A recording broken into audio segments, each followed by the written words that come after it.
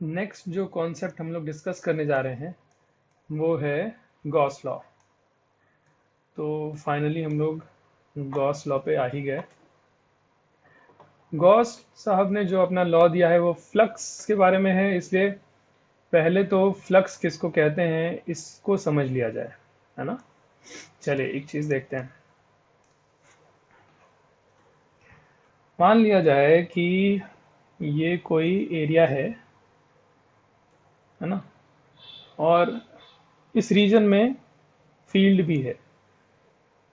तो ये कोई एरिया अगर है और इस रीजन में फील्ड है कुछ राइट साइड में,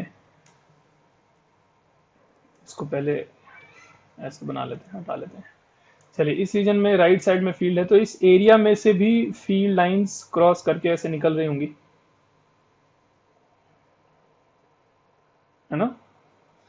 तो इस एरिया में से कितना फील्ड क्रॉस करके निकला है, इसका एक मेजर है फ्लक्स, है ना।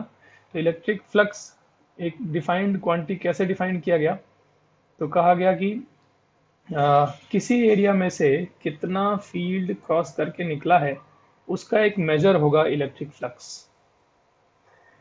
अच्छा सोचो कि ये जो इलेक्ट्रिक फील्ड है, अगर ये ज़्यादा हो, ज़्यादा स्ट्रांग हो, तो इसी एरिया में से ज़्यादा फ्लक्स होगा। इसका मतलब अगर हम कह रहे हैं कितना फील्ड क्रॉस करके निकला है वही फ्लक्स है, तो अगर ये फील्ड ज़्यादा स्ट्रांग होगा तो इसका मतलब हुआ कि फ्लक्स ज़्यादा क्रॉस कर रहा है इस एरिया में से।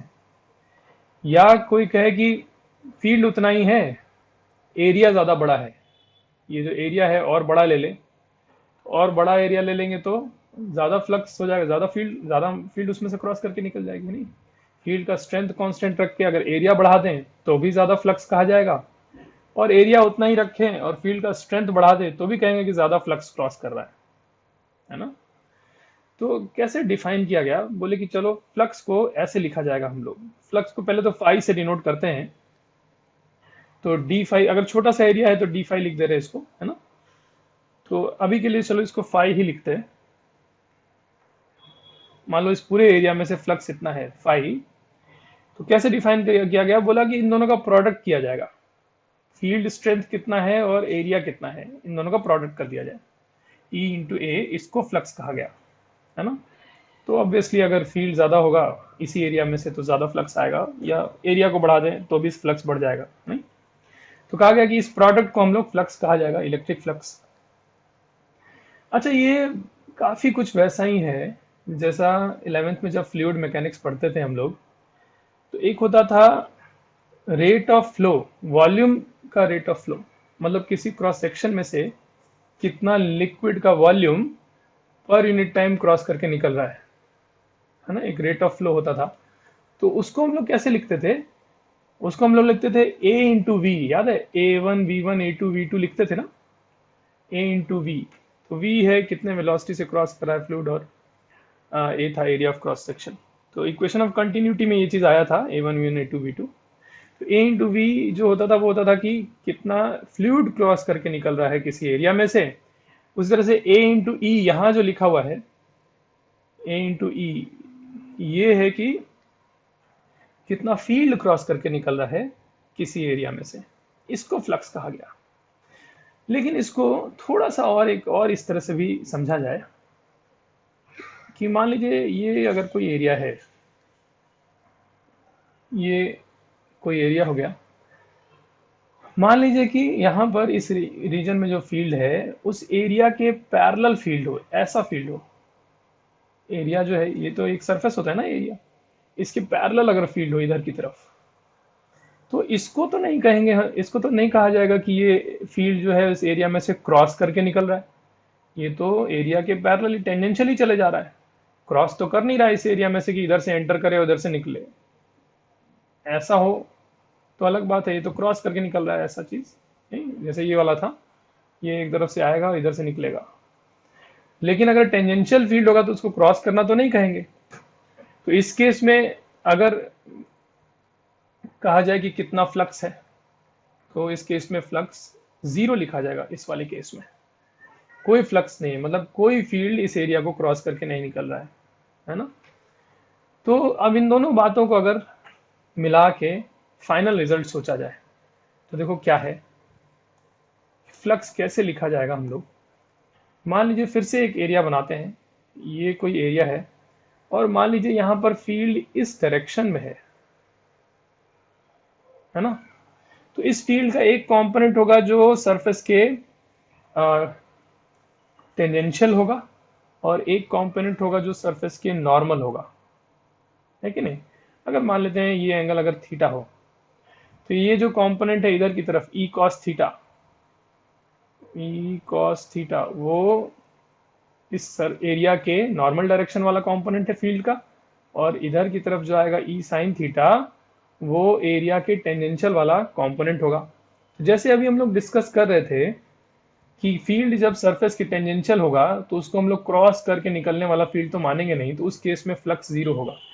तो इस वाले फील्ड ये जो फील्ड लिखा है इस वाले फील्ड की वजह से इस एरिया के थ्रू कोई फ्लक्स नहीं होगा, जो भी फ्लक्स होगा वो इस वाले फील्ड के वजह से ही होगा, है ना। तो और जैसे हम लोग नॉर्मल वाला फील्ड जो सबसे पहला एग्जांपल यहाँ पर लिए थे, तो नॉर्मल में डायरेक्शन में अगर ई फील्ड था तो फ्लक्स लिखे थे ना ई इंटू ए, वैसे अब फ्लक्स कितना लिखना चाहिए आप लोग सोच पा रहे होंगे। इस केस में, इस वाले केस में फ्लक्स कितना लिखेंगे हम लोग, E is equal to E cos theta into area, है ना। ये एरिया इसका एरिया मल्टीप्लाई करेंगे।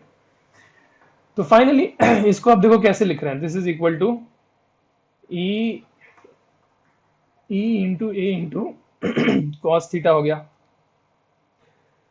ई into A into cos theta. अच्छा ये डॉट प्रोडक्ट जैसा दिख रहा है ना, हाँ डॉट प्रोडक्ट जैसा तो है। Electric field is vector quantity, और हम लोग फिजिक्स में एरिया को, किसी चीज का एरिया को दोनों तरीके से यूज करते हैं, कभी स्केलर की तरह से भी यूज करते हैं, कभी वेक्टर की तरह से भी यूज करते हैं। स्केलर की तरह से तो बहुत जगह यूज किया हम लोग। एरिया को जब वेक्टर की तरह से यूज करते हैं तो हम लोग बोलते हैं कि कोई सरफेस के नॉर्मल डायरेक्शन में उस सरफेस के एरिया, उस सरफेस के एरिया वेक्टर का डायरेक्शन होता है ना। अब जैसे ये जो हम लोग ने एक एरिया लिया था, तो इसका नॉर्मल डायरेक्शन इधर की तरफ है राइट साइड में, तो इस डायरेक्शन में एरिया वेक्टर लिया जाएगा इसका, है ना। तो एरिया वेक्टर राइट साइड में होगा इधर के डायरेक्शन में, और इलेक्ट्रिक फील्ड है इस डायरेक्शन में। तो ये थीटा जो है इन्हीं दोनों के बीच का तो एंगल हुआ, इलेक्ट्रिक फील्ड वेक्टर और एरिया वेक्टर के बीच का एंगल है थीटा। तो यहां पर इसको फ्लक्स को लिखने जा रहे हैं, अब देखो क्या हो जाएगा, flux is equal to E vector और डॉट प्रोडक्ट कर दिया जाए एरिया वेक्टर के साथ, तो मॉड cos थीटा वाली चीज हो जाएगी ना। तो ये रिजल्ट हो गया फ्लक्स के लिए किसी भी गिवन एरिया के थ्रू, फ्लक्स हो गया ई डॉट ए। अब इसको और अगर जनरलाइज किया जाए तो एक बात सोचते हैं कि हम कह रहे हैं कि फ्लक्स, इलेक्ट्रिक फील्ड का फ्लक्स है किसी एरिया के थ्रू ई डॉट ए। ये तो जरूरी नहीं है कि पूरे एरिया के हर पॉइंट पर जो इलेक्ट्रिक फील्ड का जो डायरेक्शन है, बाहर से जो इलेक्ट्रिक फील्ड है हर पॉइंट पर सेम हो, है ना, सेम हो जरूरी नहीं है। तो पूरे बड़े से एरिया के लिए ये फॉर्मूला ई डॉट ए से हम लोग फ्लक्स तभी लिख पाएंगे जब ई यूनिफॉर्म हर जगह सेम हो, एरिया के हर पॉइंट पे सेम हो, तो ई इंटू टोटल एरिया कर दिए। लेकिन अगर ई वेरिएबल होगा, अलग अलग जगह अलग अलग होगा, तो हमको क्या करना होगा फ्लक्स निकालने के लिए, छोटे छोटे, देखो यहां बना रहे छोटा सा एक एरिया लिया जाएगा, है ना, उस एरिया पर ई डॉट डी एस कर लिया जाएगा। डीएस ले रहे हैं इस एरिया का मैग्नीट्यूड, ये जो एरिया लिए है ना इसका डायरेक्शन नॉर्मल की तरफ बना दें, रुक जाओ, इसका डायरेक्शन हो गया इधर की तरफ, और डीएस वेक्टर लिख रहे हैं इसको, है कि नहीं। तो इतने छोटे से एरिया के लिए जो में से जो फ्लक्स क्रॉस कर रहा होगा वो कितना होगा, वहां का ई डॉट डीएस। इस तरह से छोटे छोटे बहुत सारे एरियाज ले लिए जाएं, सब में से कितना फ्लक्स है वो पता किया जाए और जोड़ दिया जाए, तो टोटल फ्लक्स इस एरिया में से पता चलेगा। मतलब क्या, फ्लक्स टोटल कितना हो जाएगा, this is equal to E dot DS करते जाया जाए हर छोटे छोटे डीएस एरिया के लिए और इंटीग्रेट कर दिया जाए, तो पूरे एरिया में से फ्लक्स पता चल जाएगा। चलिए, तो सबसे पहले तो फ्लक्स क्या होता है ये डिफाइन किया गया है। Electric flux. तो यहां पर देखो लिखा है electric flux in a region of electric field E, flux of electric field passing through a small area ds is given by d phi is equal to E dot ds। और वही चीज अगर हमको पूरे एरिया के through पता करना हो, देखो कितना बढ़िया डायग्राम बना है, सुंदर सा डायग्राम बना दिए आपके लिए कि अगर ये देखो ये जो राइट साइड में एरोज बनी है ये रिप्रेजेंट कर रहा है कि फील्ड, एक्सटर्नल फील्ड यहाँ पर ऐसा है। अब कोई एक सरफेस अगर इस तरह का है, कोई कर्व्ड सरफेस मान लो ले लिए, कैसा भी सरफेस ले सकते हैं, तो कोई सरफेस अगर ऐसा है तो उस सरफेस का हर छोटा छोटा एलिमेंट पे एरिया एलिमेंट लिया जाए, वो एरिया ड्रॉ किया जाए, ई डॉट डी एस का वैल्यू यहाँ कितना है पता किया जाए, यहाँ पर छोटा छोटा सा एरिया लेके ई डॉट डी एस का वैल्यू पता किया जाए, फिर यहाँ पर किया जाए, हर जगह ई डॉट डी एस का वैल्यू पता कर करके जोड़ दिया जाए, तो इस पूरे एरिया में से कितना फ्लक्स क्रॉस कर रहा है ये पता चलेगा। समझ में आई बात? तो छोटा सा डी फाई के लिए ई डॉट डी एस, और पूरे में से निकालना होगा तो इसको जोड़ना पड़ेगा सबको। चलिए, तो ये तो हो गया कि इलेक्ट्रिक फ्लक्स होता क्या है। फाइनली क्या होता था, किसी एरिया में से कितना फील्ड क्रॉस करके निकल रहा है उसका एक मेजर है, एक तरीके का, है ना। और कैसे इसको लिखा गया मैथमेटिकली, कहा गया कि फील्ड और एरिया वेक्टर का डॉट प्रोडक्ट करिए, सरफेस के किसी छोटे से एरिया के लिए करिए ई डॉट डी एस और सबको जोड़ दीजिए। चलिए, तो अब गॉस साहब ने अपना जो लॉ दिया है वो इसी के लिए दिया है, फ्लक्स के से रिलेटेड ही उनका लॉ है। सबसे पहले तो अच्छा आगे एक और बात सीख लेते हैं, बार बार हम लोग यूज करेंगे इसमें, इस टॉपिक में क्लोज्ड सरफेस बोलेंगे बार बार। तो ओपन सरफेस और क्लोज सरफेस क्या होता है, यहाँ पर एक एग्जाम्पल भी ड्रॉ कर दिया आपके लिए हम। ओपन सरफेस और क्लोज सरफेस देखो क्या होता है।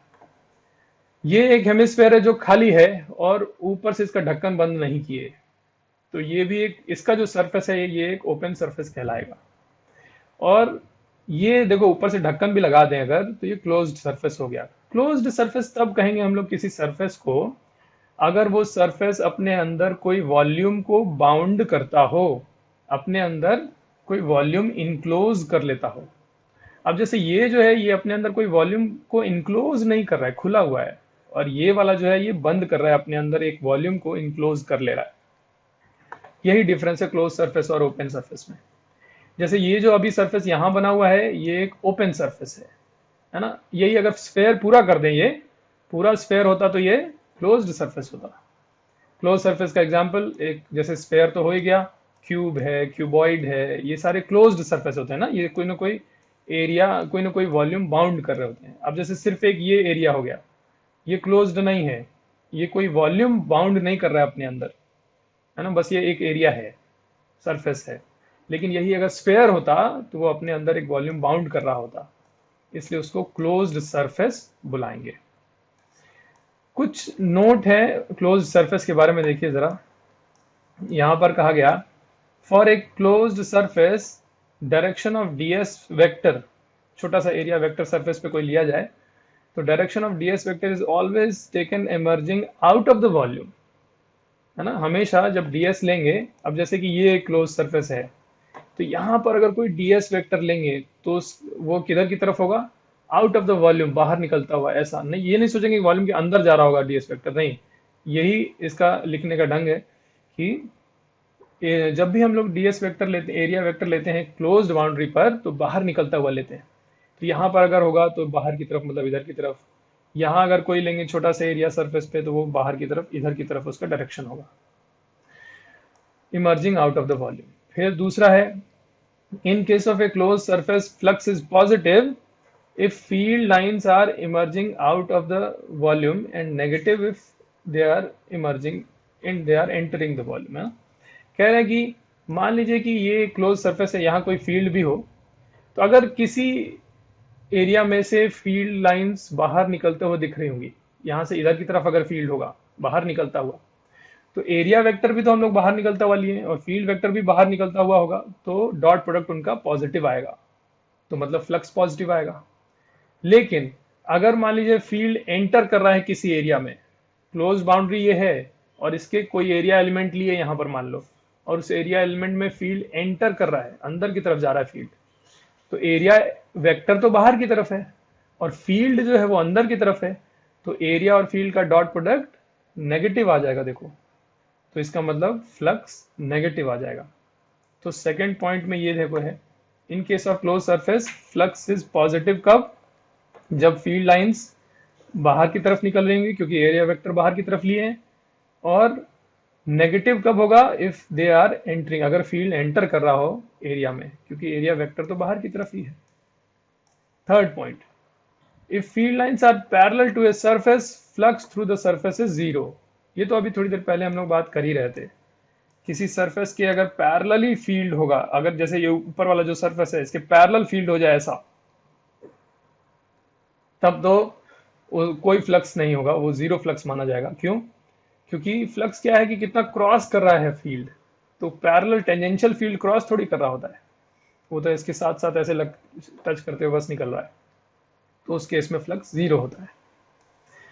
फिर एक क्वेश्चन है यहाँ पर, इलेक्ट्रिक फील्ड किसी रीजन में ऐसा दिया हुआ है कि x में इतना है, y में इतना, j में इतना इलेक्ट्रिक फील्ड है किसी रीजन में, और इसी रीजन में ऐसा कोई एरिया ले लिया गया, देखो X square plus Y square is equal to R square. क्या है ये? सर्कल है ना। ऐसा कोई सर्कुलर एरिया ले लिया गया, तो पूछा है find flux through the area. इस फील्ड के द्वारा इस एरिया में से कितना फ्लक्स क्रॉस कर रहा है, ये पता करने को कहा गया है। अब देखो कैसे सोच रहे हैं, X square plus Y square is equal to R square, ये एक सर्कल है और ये एक्स वाई प्लेन का सर्कल है ना, ये एक्स वाई प्लेन में है ये सर्कल। तो फील्ड में भी एक चीज ये जो देखा जाए, a i cap plus b j cap, इतना जो पार्ट है a i cap plus b j cap वाला पार्ट, ये तो एक्स वाई प्लेन वाला फील्ड है, और c k cap z direction वाला फील्ड है। तो पहले इसकी बात कर लेते हैं, a i cap plus b j cap वाला जो फील्ड है वो एक्स वाई प्लेन का फील्ड है, और ये जो गिवन एरिया है ये भी एक्स वाई प्लेन का एरिया है, मतलब ये दोनों चीजें आपस में टेंजेंशियल होगा ना। ये जो फील्ड होगा a i cap plus b j cap, वो इस एरिया के पैरेलल होगा, दोनों एक्स वाई प्लेन के हैं, तो इसके कारण कोई फ्लक्स नहीं होगा। बचा क्या? सी के कैप जेड डायरेक्शन वाला फील्ड, बस उसके कारण फ्लक्स होगा, है ना। अच्छा, एंगल कितना होगा सी के कैप वाला जो फील्ड है उसमें, और ये जो एरिया दिया है इसमें, एंगल कैसे पता चलेगा कितना होगा? तो ऑब्वियसली जैसा कि इमेजिन कर पा रहे होंगे आप लोग कि ये जो सी के कैप वाला फील्ड है वो इस एरिया के नॉर्मल है, परपेंडिकुलर है, नहीं एरिया जो है सरफेस जो है उसके नॉर्मल डायरेक्शन में है, नहीं। अच्छा, एक बार ड्रॉ करके देख लेते हैं।